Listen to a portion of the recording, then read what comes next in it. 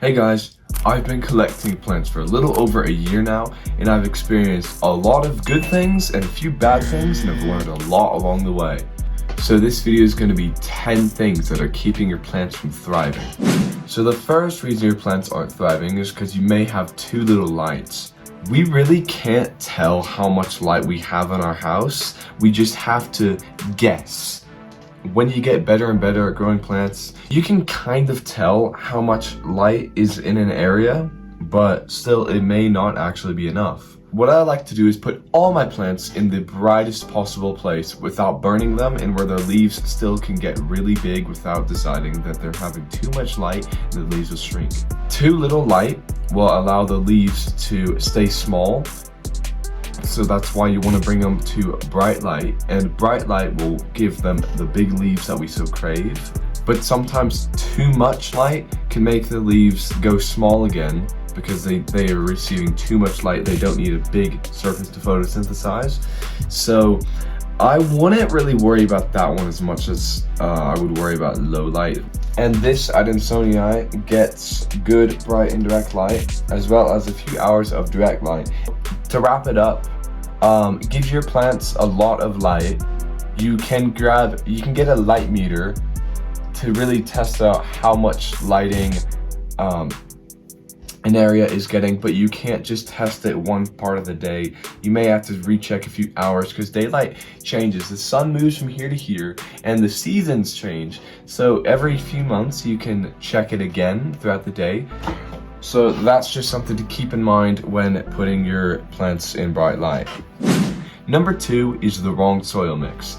Now, this really varies on, should I say, severity of a problem, depending on, number 1, the plant type and your location in the world. Where are you in the world? So the wrong soil type could cause root rot. It could even, if it depends on the plant, but it could cause over-fertilization. And I'll get to why the location matters in a second. If you look around at all the plants in my room, you'll notice that they have a different soil that is suited for their species or family. For example, my philodendrons, most of my philodendrons, unless they're on a moss pool, but most of my philodendrons are in a very chunky, well-draining mix. My gloriosum is a great example. My pleumenii, I just needed to top it up with the soil I could find around me because it was getting too much water. That soil was too water retentive, but it's working now. But for example, if you even looked at all my Nepenthes, they are in a very orchid-like mixture because they will grow up in the trees. I've made a short about this. You could go check it out. It's a video on my channel, one of my most recent shorts, if you're watching this when this video is still new. Different soil mixes allow different aeration for the plants, better drainage. Plants that like water, I make a more water retentive mixture. Plants that like to dry out, I'll make a well-draining mixture. And then, but also that helps with maybe overwatering and root rot and things like that. But I mentioned over-fertilization. Now, what do I mean by that? If you take any carnivorous plant, whether it be a Nepenthes, a Sarracenia, or a Venus flytrap, and you put them in a regular potting mix you found at the store, maybe you even made yourself, like the average potting mix, it's probably not going to survive. The reason why is because this soil mixture is loaded with nutrients. You want to make mixtures. For Nepenthes, I do about 7 parts pine bark and then 3 parts sphagnum moss. For the other carnivorous plants, I will either use just sphagnum moss or I will use a mixture of 1 part peat moss and 1 part perlite. And you want to make sure the peat moss is not loaded with nutrients. Some peat moss is loaded with nutrients as well. The reason why is because these plants come from bogs where the soil is very nutrient low, and Nepenthes grow in the trees. The tree is not high in nutrients because it's a tree. It's like you're up in the canopy, but they get their nutrients from the insects. That's why they can catch insects. That's why they have pitfall traps, Venus flytraps can close. All these insects will fall in there, and that's how they get their fertilizer. So make sure you're using the right soil for your plants. Number 3 is something that some people already know, some of you may not realize. If you already know this, I'll keep it quick, is a underdeveloped root system. So what do I mean by an underdeveloped root system? Well, if I check, this water definitely needs changing out. It's gotten all foggy and murky. But if you look at all the plants in my propagation jar, this doesn't really have many roots. This one has some roots, but they're not very many. There's not a lot of roots in there, right? So if I were to pot that up in soil, it most likely wouldn't survive because there are not enough roots, and even if it did survive, it would probably use so much of its energy growing a good root system before you even saw leaves. So I recommend potting it up when there's secondary roots. So they have the first roots coming out, and then the secondary roots come out of the main root. Now, number 4 is something that I think everyone will do. No matter how good at plants you are, you've experienced this and you've just ignored it. It's dust on your leaves. Dust on your leaves is not a good thing because, first of all, it's dust. No one wants to breathe in the dust. You know, it's dust. But number 2 is dust blocks. It's a barrier from the leaf in the sun. So it blocks photosynthesis. And most of us, I mean, some plants you may want to keep small, but most of us want big leaves. That's why I make moss pools, big leaves. One part of big leaves is not just a climbing support for some plants, it's also light. Light is very important for big leaves. So if you have dust on the leaves blocking the light, then it's almost like no matter how much light you give it, it's probably not going to be enough. So before you go screaming, oh no, there's so much dust on my plants, I gotta clean it. No, you don't have to wipe dust off every day. You don't even have to wipe it off every week. You don't even have to do it every month, although I would recommend wiping it off every month. You can even do every other month. It really also depends on the house. Some houses accumulate more dust than others. So there are 2 main ways that you can dust leaves. You can get a wet cloth, wipe down the leaves, and make sure to do the underside of the leaves as well. Or you can take it to the shower. This is usually what I do. Make sure the shower's on lukewarm water, like room temperature, not cold, not hot, and just spray it down. But when you do that, before you take it back to its spot, make sure it's dry. You can either wipe down the leaves dry, or you can turn a fan on and let it air dry.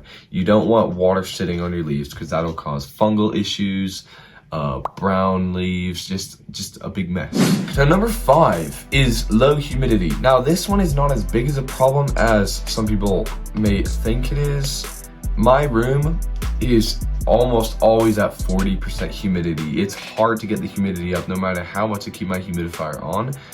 I could experiment with turning the humidifier on higher, but I don't really want condensation to gather on the leaves of my plants. But if it's somewhere, if the plants are far enough away, I won't have to worry about that. Now, why is low humidity a problem but also not a huge problem, if that makes sense? Well, some plants are very sensitive to low humidity. Some are not at all. Cacti, for the most part, don't need humidity. This cactus is a lemon ball cactus, and this species of cactus comes from southern Brazil, southeastern Brazil, and it's humid there. If you've been, maybe it's like Uruguay maybe, or even Rio de Janeiro. It's similar to that, maybe not as humid as Rio because that's by the ocean. But what I'm saying is it's humid there. So these cacti actually will do fine with, actually like a lot of humidity. If you don't have humidity, these cacti don't really care either. Same goes for a lot of tropical plants. I've noticed that they don't really care about the humidity as much as we think. Of course, moss pools will increase humidity naturally. My room used to stay about 35% humidity, 30. With the moss poles, it boosts it up to 40, and with the humidifier on, I need to clean it, so I'm gonna do that. It's not on. It can get up to 45 or even 50. So humidity can help with leaves that are stuck halfway unfurling. They just can't unfurl. They can help with the crisping on your leaves, the brown leaves. If you're not really experiencing any of these problems, then you don't need a humidifier really. Like if you're not really experiencing too much brown, crispy leaves, of course there will be a little bit. You're raising a plant that has somewhat delicate leaves that will brown naturally, so just be ready for that. But if they're getting all crispy, it's a huge mess. Maybe you could up the humidity. If there's leaves stuck unfurling, you could up the humidity. And you know, I would say they don't need humidifiers as much as you think. Maybe if you live in dry Arizona, for example, you could implement a humidifier, but there are some plants out there that just need a humidifier. The ones I've noticed that do really need a humidifier are Nepenthes. Nepenthes will not grow pitchers in low humidity. That's what I've found. They also will not grow pitchers in low light. I've had this Nepenthes for probably half a year now, and it has not produced any pitchers. It just dried its old pitchers.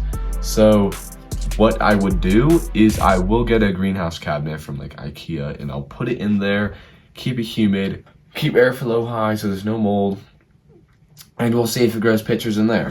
Now number 6 is something I kind of already mentioned, is too much light. I am not going to really go into depth with this because I've already mentioned it. I wouldn't worry about this one too much. I wouldn't really say that you would have to worry about that too much, as long as it's, like, if it's a philodendron and I put it in the beating sun for 8 hours a day, maybe I would probably worry about that. But just 4 hours a day of direct sunlight is totally fine for a philodendron. And now number 7 is too much water. Too much water is something that a lot of people get wrong when they first buy their first plant. They think, oh, it needs a lot of water. Maybe it comes from the rainforest. It's water it every few days, every day. Now some plants you actually will have to do that. Some plants do need water every few days or every day. With moss poles, you want to water them. It really depends where you live, number 1. The weather outside, so how fast they'll dry. And so you'll need to water them more often or less often. And I think I was saying I was going to mention this. I don't know if I did. But the reason, so let's go back to the soil mix. The reason why the soil mix could really, this chair. The reason why the soil mix could really depend on where you live is because you could live somewhere really dry and your soil will dry out a lot. So you may want to have more water retentive soil mix. If you live somewhere like Brazil, maybe you do. If you are Brazilian, I don't know how many Brazilians are watching this, but oi, tudo bem. You guys, I mean, Brazil is a big country. It depends. There's deserts, there's grasslands and rainforests. But let's say you live in the humid parts of Brazil where it rains a lot. Or you live, it could be in the United States, Washington, Florida, somewhere where it rains a lot. You may want to make a more well-draining, drier, less water retentive soil mix, so that way your plant doesn't sit in that soaking wet soil for too long, causing root rot. Now, number 8 is a pot that's too big. Some people think, okay, well, if I want to repot my plant, why not just repot it in the biggest pot so I don't have to repot it very often? The reason why you don't want to do that is because when you water that plant, water's going to sit in that pot for too long, and it's just going to rot the roots. The roots don't have, there's not the ratio of roots to soil. The soil is too much and the roots don't have enough. There's not enough roots to soak up the water. Number 9 is your plants not climbing. Now, don't take this the wrong way. Not every plant needs to climb. For example, if I took my Guyana chestnut money tree and I tried to make it climb, it would not climb. It'd just grow up like a normal tree because it's a tree. If I took a jade plant, tried to make it climb, it would not climb. It would be so confused what it's doing. If I took a melanochrysum and tried to make it climb, it would climb because that's how they grow in nature. If I took a gloriosum and tried to make it climb, it would not climb. So if you know if you realize a gloriosum is a philodendron and a melanochrysum is a philodendron as well, why does the gloriosum not want to climb? Some of you may already know this. Some philodendrons are crawlers, some are climbers. So climbers in nature, for example, the rainforest, they'll sprout up, grow along the ground until they find a tree. When they hit that tree, they're gonna grow straight up and climb, grow those aerial roots, hugging the tree. They're gonna get big leaves. And now crawlers will sprout, they'll grow up, and then they'll just, this is the soil, they'll grow up and they'll just crawl like that. Once they hit a tree, they're going around the tree. They're not going up the tree. They don't climb. If they did climb, I don't know what happened. I know a lot of people that put crawlers on moss poles and it's just a big mess. They just go up and then they go horizontal. Research of plants. It's not just philodendrons that climb, monsteras, epipremnums, or pothos.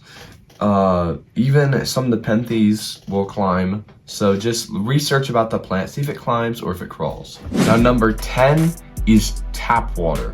Tap water is not a big thing to worry about unless you have certain plants. Now, why is tap water bad? Tap water, depends on where you live, of course, can contain chlorine, some minerals, things to make it safe for drinking, though not safe for some of your plants to drink. Now, if I were to water a monstera or some philodendrons, I'll get to that why later. Some philodendrons, they would be fine with tap water. You may have noticed that yourself, but there are a few plants out there that would not do good with tap water. They are calatheas, some alocasias, and obviously carnivorous plants. Okay, I want to wrap this up quickly because my phone's getting low battery, low storage. But tap water is dangerous for calatheas, some philodendrons, like maybe varicosum, maybe one, but really experiment with the philodendrons, see what show signs of hating tap water, and then of course carnivorous plants. This video did turn out to be a lot longer than I hoped. I just got I'm very passionate about this topic and I wanted to make sure you really understand, get a grasp of this so you aren't killing your own plants. So, as always, comment, like, subscribe, do what the algorithm helps algorithm do, all that stuff. And if you have any more tips that can help your plants thrive, put it in the comments so other people can read them. That's it. Bye.